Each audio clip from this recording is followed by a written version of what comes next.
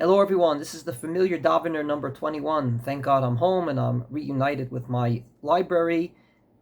And I'd like to reiterate a law that I saw recently was violated in one of the minyanim I davened, and I feel needs to be reiterated simply because we are going into many days in which we're going to lane. Starting this Thursday, we're going to be laning every single day till next Thursday at least, if not including Friday outside of Israel, and then of course Shabbos. And therefore I think it's important to reiterate it.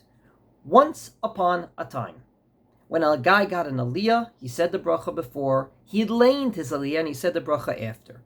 Why was this changed? The answer was because certain people didn't know how to lane, and they were embarrassed to get up there and to get an aliyah, and they didn't know how to lane. Either they would fudge it and they would wing it and it didn't come out so good, or even worse, they wouldn't come to shul on Mondays, Thursdays, Shabbos, together with Chol HaMoed, Yontif, Rosh Chodesh, and fast days, because they were embarrassed to get an aliyah and not know how to lane. So the rabbis, much later than the Talmud, made a takana for the welfare of the Jewish people that there'll be a laner, and that laner ultimately lanes each aliyah for each person, whether he's a scholar or an ignoramus, whether he knows how to lane or doesn't know how to lane. And ultimately, everyone is equal. This is exactly in line with two other things in Jewish law from two other realms. Number one, under a chuppah, according to the Rambam, the bracha that you make before the giving of the ring is a birkat hamitzvah. And like any birkat hamitzvah, a bracha on a mitzvah, you do it before the mitzvah. We make the bracha on shaking the lulav before the mitzvah. We make the bracha of lighting the Hanukkah candles before we light them.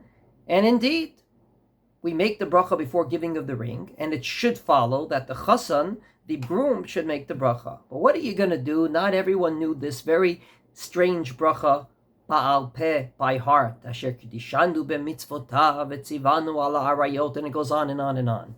Once again, the rabbis, looking out for the welfare of the Jewish people and scared that people would not get married, Jewishly said the rabbi will always make the bracha. Same thing happened long before that with Bikurim.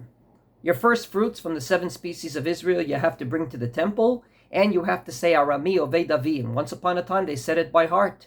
Well, certain people knew how to say it, certain people didn't, and therefore certain people just stopped bringing Bikurim. They didn't want to be embarrassed. They didn't want the Kohen to read it for them, and they would be second-class citizens. And once again, the rabbi said, we are going to read it for everyone.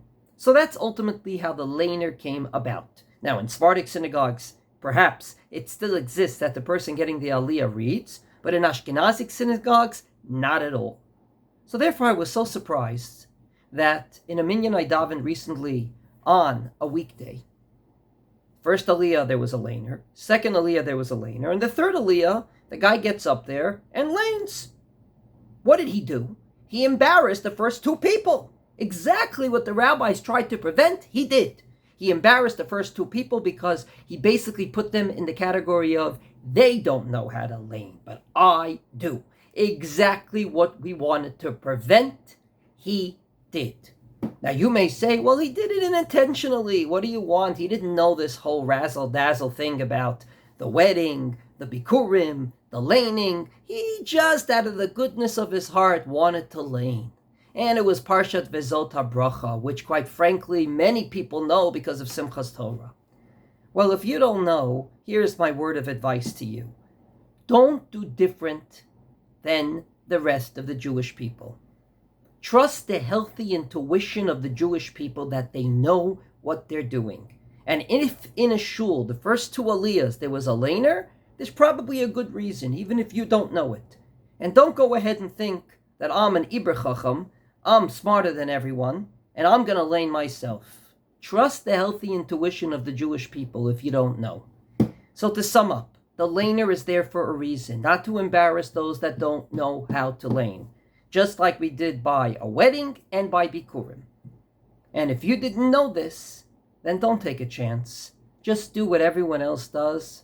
They're probably right.